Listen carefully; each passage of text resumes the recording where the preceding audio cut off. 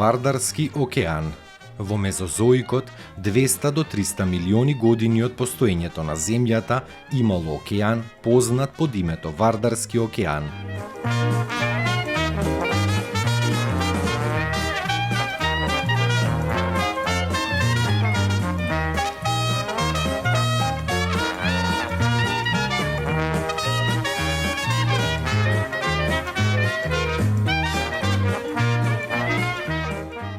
Уште пред 120 милиони години, во времето на Јура и Креда, Вардарскиот океан се повлекувал од овие простори.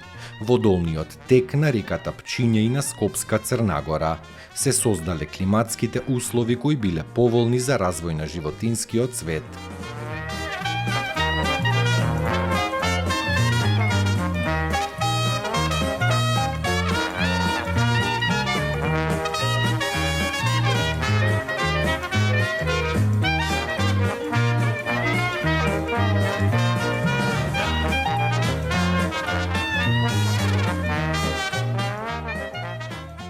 Во некои негови делови на Скопската околија во времето на Кенозоикот имало убава тропска клима и тука живееле антилопи, жирафи, мастадонти, тигри и леопарди.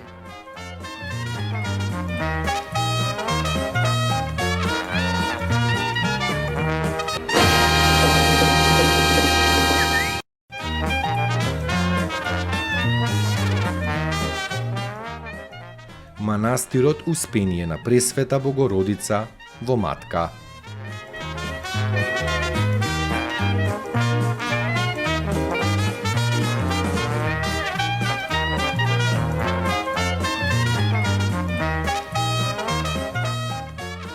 Успение на Пресвета Богородица е манастир во кањонот Матка, веднаш на левиот брег на реката Треска по браната на езерото Матка, на околу 17 километри од центарот на градот Скопје. Тој е активен манастир во кој постои женско монашко сестринство. Неговиот патронен празник меѓу народот познат како Голема Богородица се одржува секоја година на 28 август, при што манастирот секогаш е посетен од илјадници скопјани кои учествуваат на големата општонародна веселба, проследена со манастирска трпеза и музика.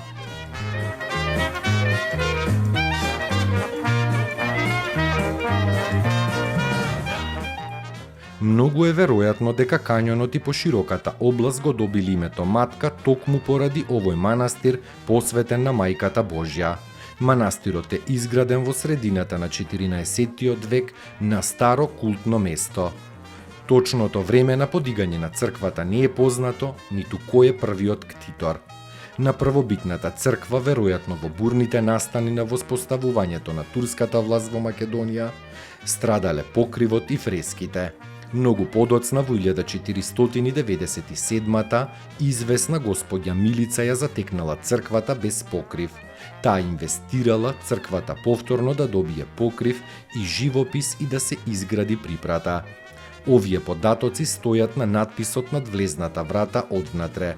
Според овој надпис, јасно е дека протогената градба на црквата потекнува од 14 век, додека покривот, припратот и внатрешниот фреско живопис се од крајот на 15 век. Во потрага по времето на изградба на првобитната црква може да се додаде и надгробната плоча на христијанката Марија, откриена во црквата пред олтарот. Со својата архитектура, на концепција, оваа црква не излегува од рамките на византиската архитектура од овој период.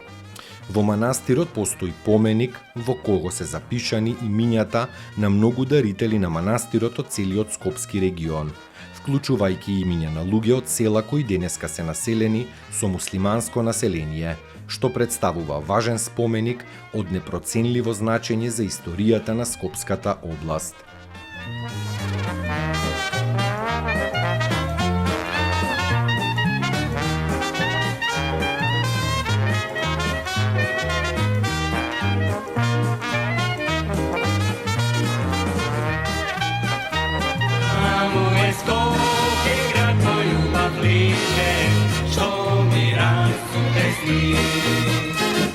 Vечно che la sacra non